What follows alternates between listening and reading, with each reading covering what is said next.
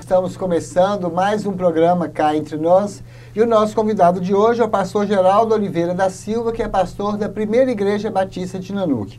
E hoje nós vamos bater um papo agradável com ele e vamos conhecer um pouco da história da Igreja Batista no Brasil. Como surgiu a Igreja Batista? É um prazer estar aqui com você, neste programa, nessa televisão, que sem dúvida alguma faz diferença aqui nesta cidade. Mas, pastor, o senhor é novo aqui na cidade, né? Tem quanto tempo você tem de Nanuque? Sim, eu estou aqui há 9 meses. Chegamos aqui no mês de dezembro. Estamos aqui já setembro, 9 meses que estamos aqui na cidade. É bem recente ainda, né? O que você está achando da cidade? Está gostando? Foi bem recebido? Muito bem recebido. Tenho gostado muito da cidade. A cidade é calorosa nos dois sentidos, né? É. Calorosa do ponto de vista climático e também o povo da cidade é um povo muito hospitaleiro, muito caloroso. E eu estou muito feliz de estar dando a minha contribuição aqui nessa cidade, juntamente com a minha família. Bom, antes de eu vir para Nanuque, qual cidade que você morava, pastor? Antes de Nanuque, eu estava em Belo Horizonte. Pastoreando bem, né? Lá a Igreja Batista no bairro João Pinheiro, em Belo Horizonte. Por lá ficamos naquela igreja aproximadamente 10 anos. E o que motivou o senhor a vir para o interior, cá na pontinha do mapa, quase Espírito Santo, quase Bahia, né?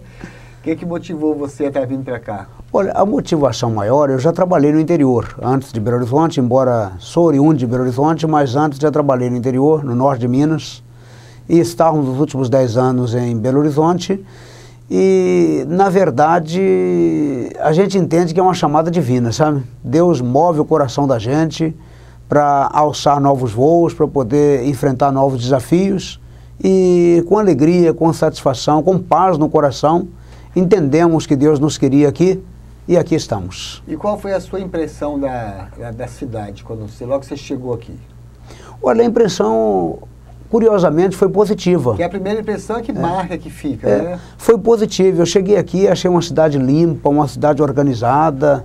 Eu entendi que o poder público estava, na verdade, cuidando da cidade. Isso, a princípio, foi uma opinião positiva acerca da cidade. Pastor, o nosso tema aqui hoje é o nascimento da Igreja Batista no Brasil. Sim. Eu queria que o senhor falasse para as pessoas que estão em casa nos assistindo como surgiu realmente a Igreja Batista no Brasil. Os batistas, como surgiram? Datanha, nós temos o surgimento dos batistas do Brasil em duas épocas distintas. Primeiro, com a Guerra da Secessão que houve nos Estados Unidos da América, os sulistas dos Estados Unidos, muitos migraram para o Brasil e instalaram ali em Santa Bárbara, no estado de São Paulo. E dali, muitos batistas vieram. E ali fundou-se a primeira Igreja Batista do Brasil, em 1871, portanto, há 142 anos.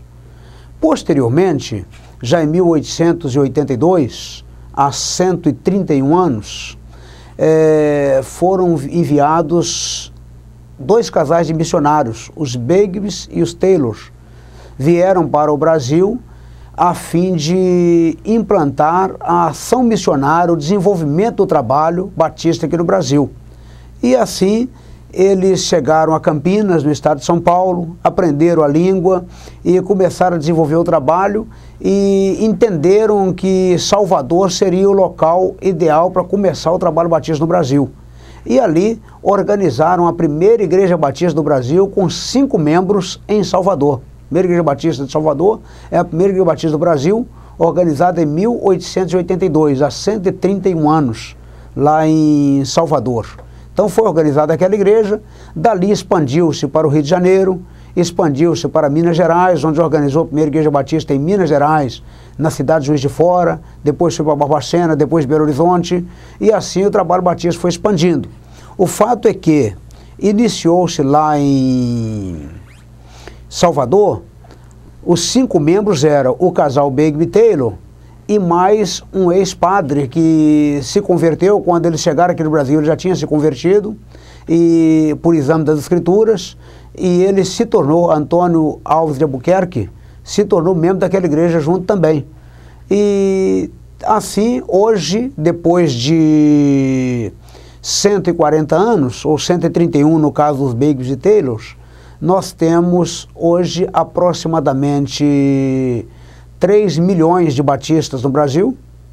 A partir desse trabalho, 3 milhões de batistas, cerca de 10 mil igrejas dentro do Brasil e cerca também de, além de 10 mil igrejas, centenas de frentes missionárias de congregações e aproximadamente também 10 mil pastores na Ordem dos Pastores Batistas do Brasil. Cada igreja, ela é independente, pastor? Ela tem um estatuto? Como é que rege as normas da igreja? Pois é, as igrejas batistas, elas surgem a partir de outra igreja. Então, uma igreja organizada, ela inicia um trabalho missionário em outro local e ali começa a estruturar o trabalho. Tão logo a igreja, ela se torne autossustentável, autopropagadora e autodirigível, ela pode se dirigir, ela pode se propagar e ela pode se sustentar, então ela se emancipa e se torna uma igreja autônoma, local, onde ela pode, na verdade, conduzir os seus trabalhos, dali ela mesma iniciar outros trabalhos e plantar outras igrejas também. As normas são iguais para todas as igrejas batistas? Todas as igrejas batistas filiadas à Convenção Batista Brasileira, à Convenção Batista Mineira.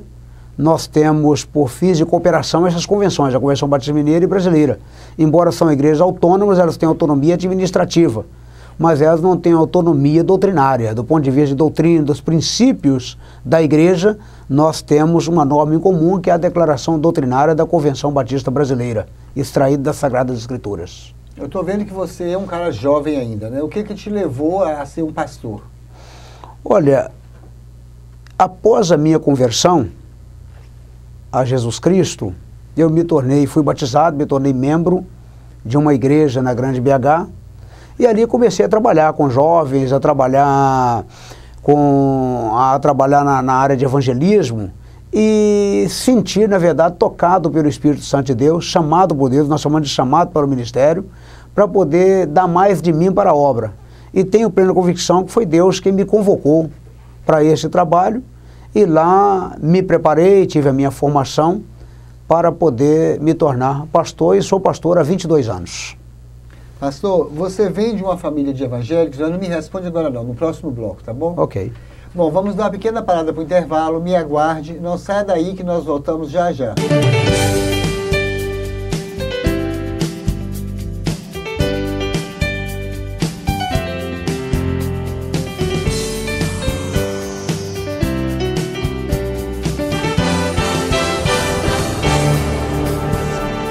Bom, estamos de volta com o segundo bloco do nosso programa Cá Entre Nós.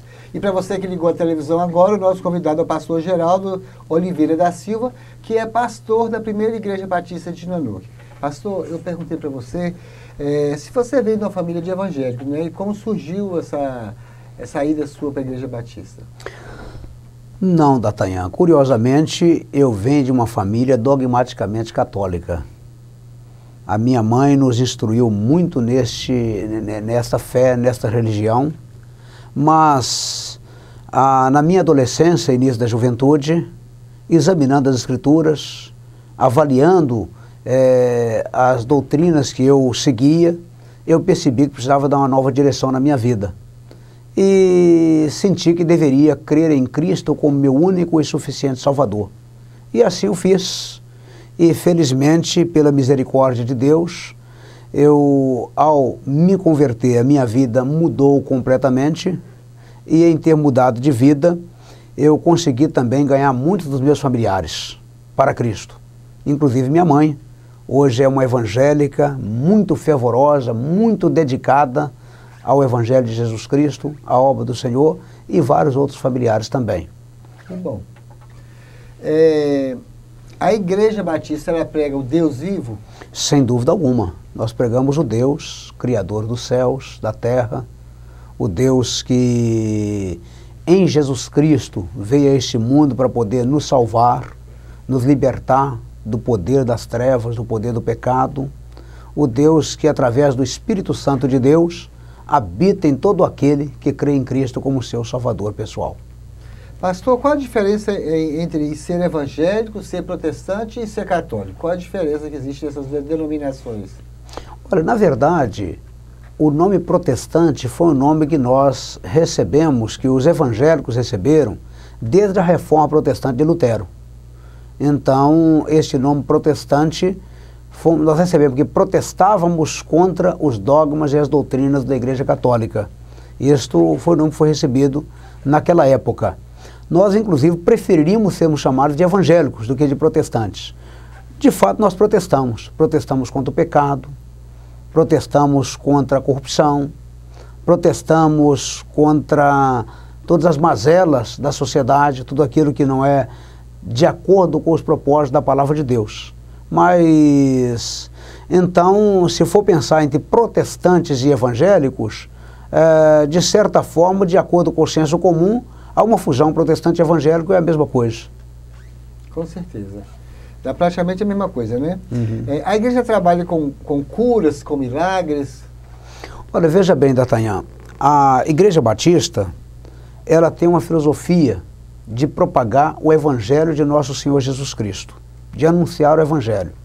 Embora nós cremos no Deus que opera milagres, no Deus que opera curas, no Deus que faz coisas portentosas através da oração. Cremos no Senhor dos senhores e Deus dos deuses. E nós já vimos, eu já vi no meu ministério, nestes mais de 30 anos de membro de uma igreja batista, nestes 22 anos de pastor batista, eu já vi muitas coisas, muitos milagres acontecerem. Entretanto, esse não é o nosso carro forte. Nós não pegamos nesse aspecto. Nós temos muitos milagres e testemunhos. Hoje mesmo eu tive um testemunho extraordinário. Uma senhora, membro de nossa igreja aqui na cidade, a irmã Paulina, se estiver nos assistindo, eu quero mandar um abraço para ela neste momento. A irmã Paulina tem 99 anos. Ela teve uma queda, bateu a cabeça no chão, teve 2 coágulos na cabeça, seguido de um AVC. Uma pessoa de 99 anos, naturalmente não resistiria e estaria lúcida como ela está. Estive visitando agora à tarde, está aqui na cidade de novo, de volta, e ela está perfeitamente lúcida, crendo que foi um milagre de Deus. Nós cremos, Deus usou, na verdade, os médicos, mas, sem dúvida alguma, pela dificuldade, a imunidade baixa que já tem uma pessoa de 99 anos, sem dúvida alguma, foi um milagre de Deus ela ter conquistado tudo isso, ter recebido esta cura. E a igreja se prostrou em oração em favor. Como outros momentos também, outras coisas que não vale ressaltar aqui agora, mas que muitos tipos de curas que eu pude ver no decorrer da minha vida ministerial dentro de uma igreja batista. Deus tem operado milagres extraordinários, mas nosso foco não é esse. Nós não focalizamos milagres, nós focalizamos Cristo. Porque para nós, inclusive, D'Artagnan, o poder não está no homem que ora, o poder está no Deus que atende a oração. Então o poder não está no pastor que ora ou no membro que ora, o poder está no Deus que atende a oração. Então Deus pode atender a oração do pastor, como pode atender a oração de um leigo, um membro da igreja, que está servindo ao Senhor ali, porque ele olha, na verdade, a intenção do coração daquele que pede. Com certeza. Quando eu te perguntei isso, eu tenho observado que ultimamente muitas igrejas têm usado isso para poder estar atraindo pessoas para a igreja, atraindo novos membros para a igreja, né? Então, na televisão o que mais se vê, né, pastor? É verdade. Falando assim, curas e milagres é uma forma de... Tem quarta do milagre, sexta do milagre, tudo que você vai lá, que realmente você vai ser curado, então está sendo uma forma, né, de fortalecer o desejo da pessoa de estar indo para a igreja. Sem dúvida, e eu quero ressaltar que esse não é o nosso foco como batistas. Como batistas, nós cremos no milagre, na cura divina, cremos no que Deus pode fazer, mas entendemos que não é esse o foco. Se eu quisesse, ou se nós batistas quiséssemos, você lotaria aquela igreja ali em 2 tempos, porque há uma preocupação muito grande do ser humano do aqui e agora. E a nossa preocupação é com aquilo que é duradouro, com aquilo que é eterno, e não com apenas o aqui e agora. Falam-se muito, pastor, em crer e você será salvo. O que é salvação? Salvação, D'Artagnan, parte de um princípio de que o homem sem Deus está perdido. Então, salvação parte do princípio de que alguém está perdido e precisa ser salvo, né? E nós entendemos que a pessoa que não tem fé em Cristo como seu único e suficiente Salvador, ele não é salvo.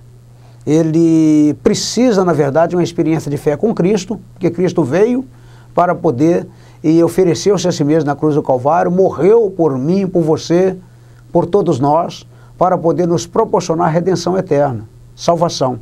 Então, a gente entende à luz das Sagradas Escrituras que é preciso uma experiência com Cristo, de crer no sacrifício de Cristo na cruz do Calvário para poder experimentar a vida eterna. Então a gente fala de salvação sobre isso. Jesus disse em vários textos, lá em João 3,16, um texto muito conhecido, diz: porque Deus amou o mundo de tal maneira que deu o seu Filho único, para que todo aquele que nele crê não pereça, mas tenha a vida eterna, ou a salvação.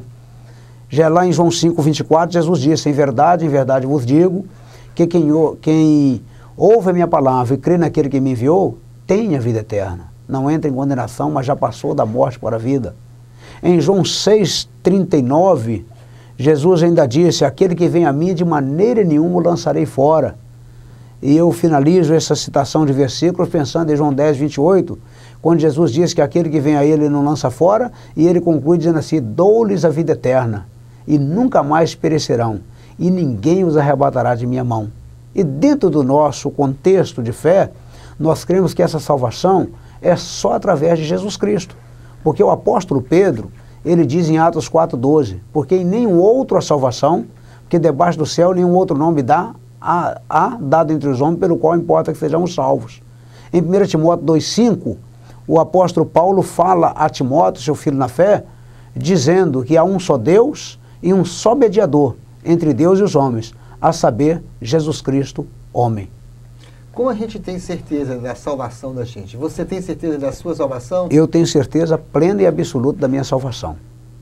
Agora, para você ter certeza, eu quero dar um exemplo bem prático aqui.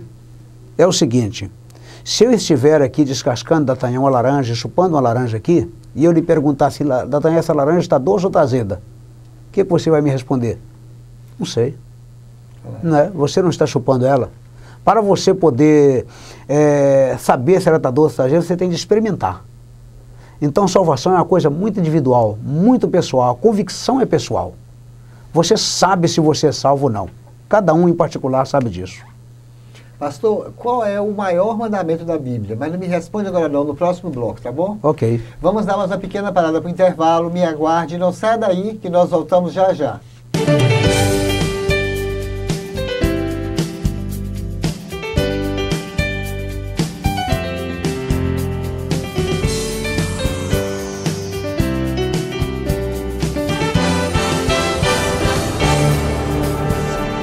Estamos de volta com o terceiro e último bloco do nosso programa Cá Entre Nós.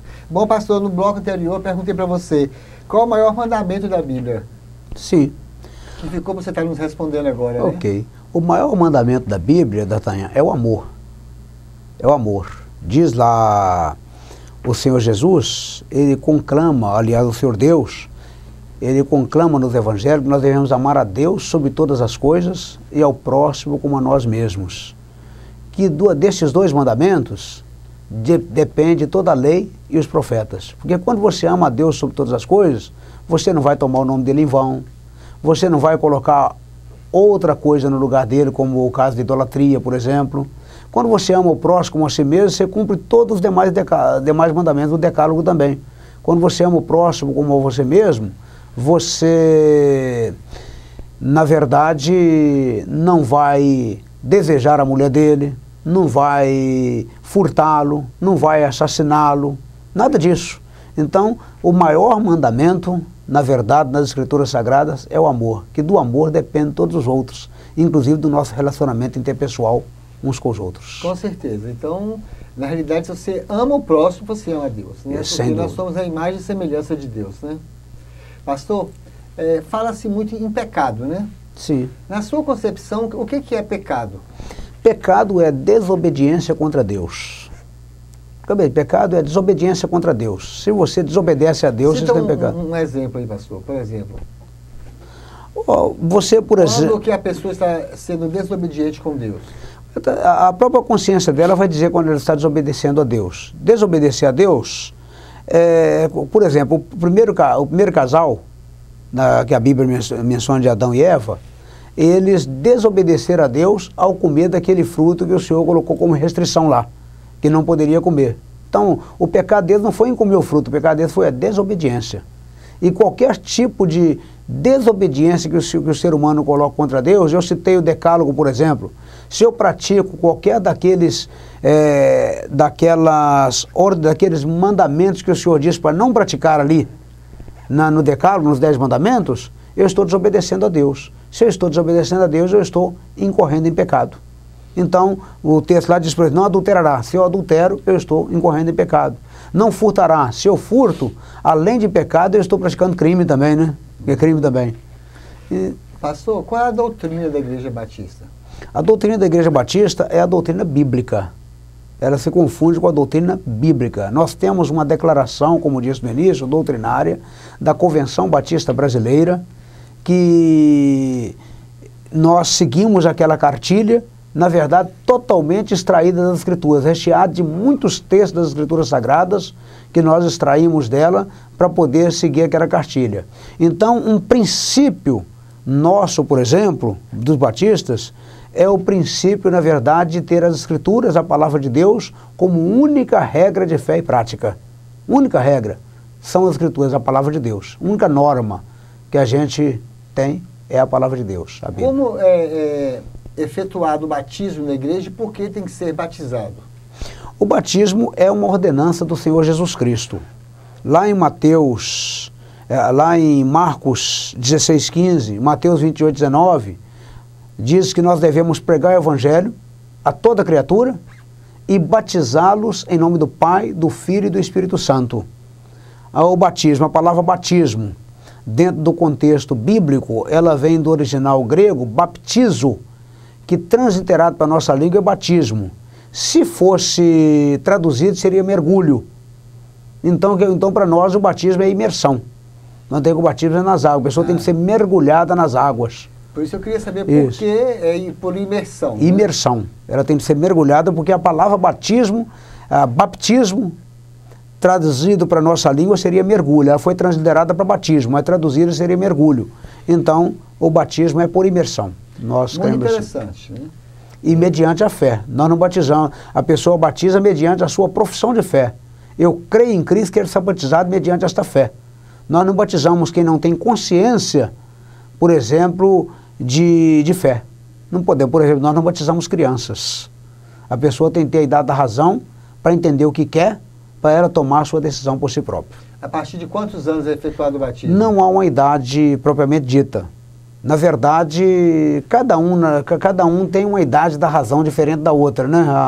O ser humano. Então, depende da pessoa ter idade suficiente para entender o que é pecado, para entender o que é fé em Jesus Cristo e declarar publicamente a sua profissão de fé em Jesus para poder ser batizado. Eu já batizei, por exemplo, um garoto de 8 anos de idade, mas ele tinha consciência do que estava fazendo. Tanto é que já faz mais de 20 anos, foi no meu primeiro ministério, e ele está firme, inabalável. Hoje já um homem casado, pai de família, e educando e criando a sua família nos caminhos do Senhor. Esse aí nasceu mesmo com um propósito, né? Isso, sem dúvida. Pastor, quais são os trabalhos que atualmente a Igreja Batista está desenvolvendo na cidade? A Igreja Batista, ela desenvolve trabalho evangelístico, social, cultural. A gente trabalha, na verdade a igreja se preocupa com o homem como um todo. O homem do ponto de vista espiritual, do homem do ponto de vista das suas necessidades materiais.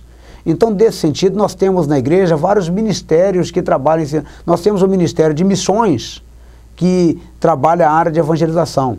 Nós temos um ministério na igreja chamado Ministério de Misericórdia, que atua ajudando pessoas carentes com cestas básicas, com medicamentos, com ajudas multiformes nesse sentido.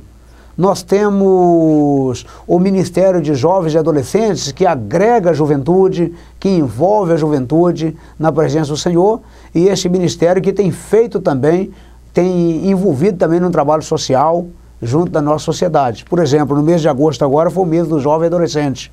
E os nossos jovens e adolescentes fizeram uma arrecadação da própria igreja. A própria igreja foi doando, fizeram uma campanha e arrecadaram muitas cestas básicas e fomos lá no UDR e no Isadelfo Ferraz e com famílias cadastradas e distribuímos, fizemos um grande trabalho com aquele pessoal ali. E não é só um momento isolado, a igreja o faz continuamente dentro de famílias que a gente entende que precisa, independente de ser da igreja ou não.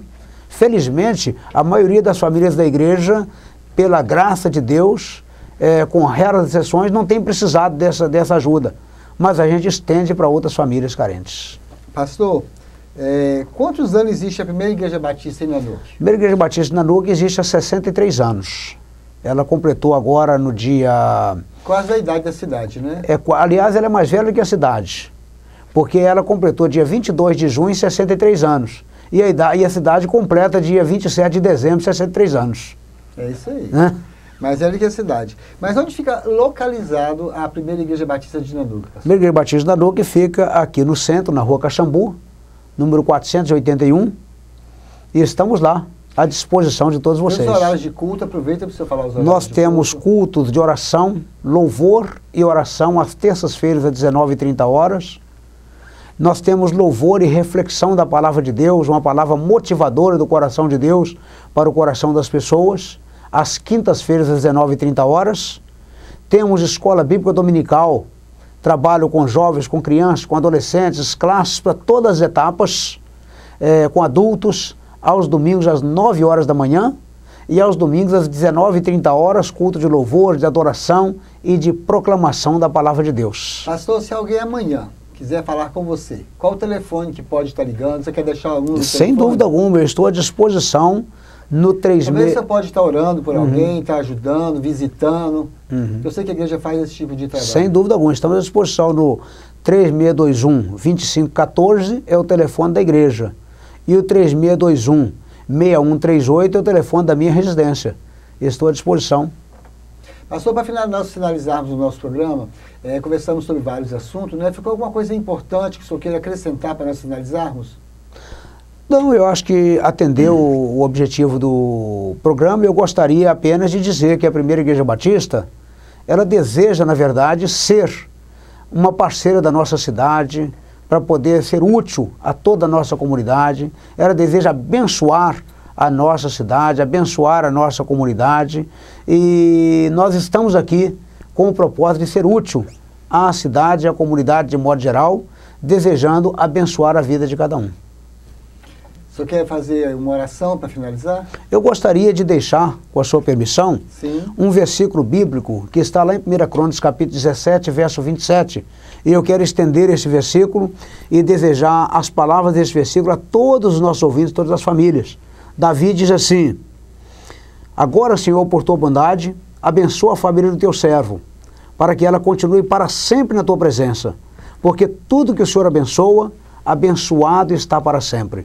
Então eu quero neste momento declarar a bênção do Senhor sobre sua vida que está nos ouvindo, sobre a vida da sua família, sobre a vida de cada um de vocês, e dizer que Deus tem uma palavra de bênção também para a sua vida, ali na Primeira Igreja Batista, e convidar você para estar conosco. Eu quero apenas desejar que o Senhor lhes abençoe e lhes guarde, que o Senhor resplandeça o seu rosto sobre vocês e tenha misericórdia de vocês. Que o Senhor, sobre essa cidade, resplandeça o seu rosto e ministre a paz. Bom, chegamos ao final. Boa noite e muito obrigado, pastor. Boa noite, foi um prazer estar aqui e estou sempre à sua disposição. Muito obrigado, pastor.